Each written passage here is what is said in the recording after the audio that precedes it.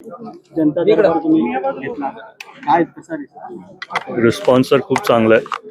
भरपूर तसे आपले सर्वच बारामतीकर इथं आलेत आणि वाटलं नव्हतं की खरंच एवढे लोक पहिल्याच दिवशी येतील, पण तेच दादांचं प्रेम सगळ्यांच्या डोळ्यात अजूनही दिसतं आणि मी पण दादांसारखं काम करण्याचा प्रयत्न करतो. दादा, आज जे बारामती शहर आणि ग्रामीण भागातले जे नागरिक आलेले आहेत, विशेषतः त्यांच्या कोणत्या समस्या होत्या त्या सोडवण्यात? तशा भरपूर समस्या आहेत, काय आरोग्याच्या असतील, काही शिक्षणाच्या असतील, मग नंतर पाण्याचे, लाईट्सचे, तसे भरपूर, आणि मग रस्त्यांचे पण काही अडचणी आहेत, तसे भरपूर आहेत.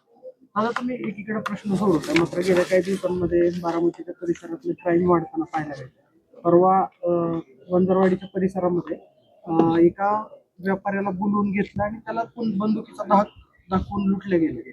मला ते कळालं, मी पण पोलीस अधिकाऱ्यांशी सारखं बोलत आलोय की दादा नसल्याने असं आपल्याला इथं काही होता कामा नये. सर्वांनी एकदम कायदेशीरपणाने वागायला पाहिजे. मला कळालं की काय पोलीस आपलं पेट्रोल स्टेशनवरती पण काय युवक जाऊन गोंधळ नाहीतर काहीतरी दादागिरी करतायत. तर तसं मी पोलिसांना सांगितलं आणि वहिनींची पण माझा त्याचा संपर्क आहे आणि कायदेशीर सगळीकडे जसं दादा असताना सगळं व्यवस्थित होतं तसंच आमचा प्रयत्न चालू आहे. राज्यसभेची एक जागा रिकामी झालेली आहे, त्या जागेसाठी अनेक नावांची चर्चा आहे, तर तुमचं बी नाव चर्चेत येतं. आता चर्चा तर होतीये, पण तसं माझी काही इच्छा नाही. मी तुम्हाला सांगितलं की मी सर्वांसाठी इथं कामासाठी असणार आहे. योगेंद्र पवारांनी असं वक्तव्य केलं की 2029 ची निवडणूक येत आहे, येणाऱ्या 3 वर्षामध्ये ती निवडणूक असेल, मात्र बारामतीकर जो पवार कुटुंबातला घटक जो कर्तृत्व सिद्ध करून दाखवेल, बारामतीकर त्याला निवडून देतील. एकीकडे तुम्ही मानताय की पवार विरुद्ध पवार ही लढाई पाहायला मिळणार नाही, मात्र योगेंद्र पवारांचं हे वक्तव्य कुठेतरी 2029 त्यांच्या वक्तव्याबद्दल मी काय बोलणं मला योग्य वाटत नाही.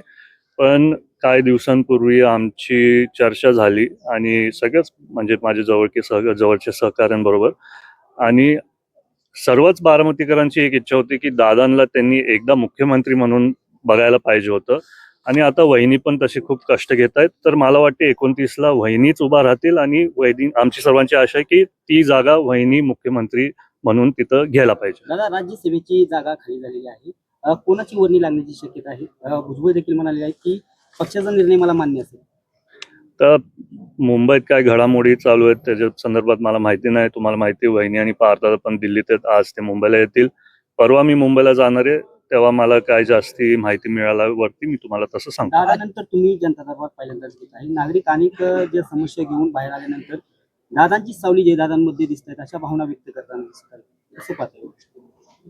नाही, भावनिक तर मी पण आहे. जेव्हा लोक मला ते सांगतात मी पण इमोशनल होतो, पण कुठेतरी सर्वांसाठी आधार म्हणून जसं बारामतीकरांनी यावेळेस पूर्ण आपलं वहिनींना दादांना प्रेम दाखवलं, रेकॉर्ड ब्रेकिंग मताधिक्याने वहिनी आणि दादा निवडून आले, तसंच माझी पण आशा आहे की तेवढंच प्रेम मी त्यांना सर्वांना तिथं द्यायला पाहिजे. उन्हाळ्याचे दिवस आहेत, जिरायतपट्टी भागातला पाण्याचा प्रश्न आता ऐरणीवर आलाय. खरं तर टँकरची सुविधा आता अनेक लोकांकडून, गावांकडून टँकर मागवण्यात आले.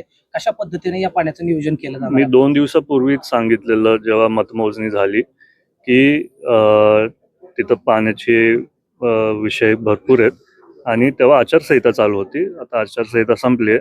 आम्ही आमच्या वतीने सगळ्याच अधिकाऱ्यांना सांगणार आहे, जिथं पण पाण्याची तातडीने गरज आहे तिथं टाक्या फिरवायचे. त्यातल्या त्यात जनाई शिरसाईचं पण जे आहे त्याच्या संदर्भात पण कुठे पाणी लवकर पोहोचू शकतं, आम्ही तिथं सगळ्या अधिकाऱ्यांना तसं सांगतो. मुख्यमंत्री देवेंद्र फडणवीस यांनी जालाई शिरसाईला निधी देतो म्हणून सांगितलं होतं. दादांच्या प्रकरणात मी लक्ष घालतो, मग मला कुठल्या प्रकारचं विचार सुद्धा घेतले गेले नाही.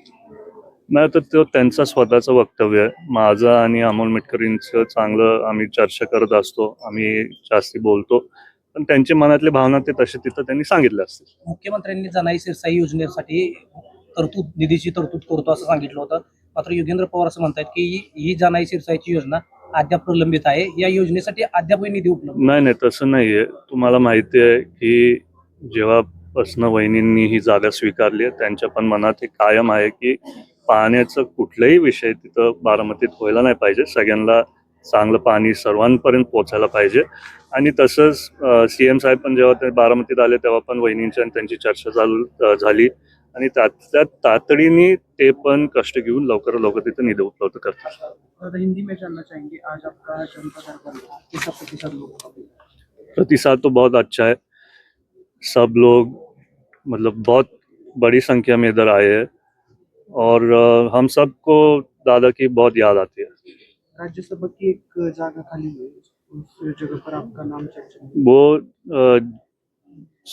नाम तो चर्चे में है, लेकिन मैं कायम बोलते आ रहा हूँ कि मुझे लोगों के लिए काम करना है, इसलिए मैंने जनता दरबार लिया और मुझे लगता है मैं एक पक्ष का कार्यकर्ता रहने से ही अच्छा है और सब लोगों के लिए उधर काम करूँगा। थँक्यू.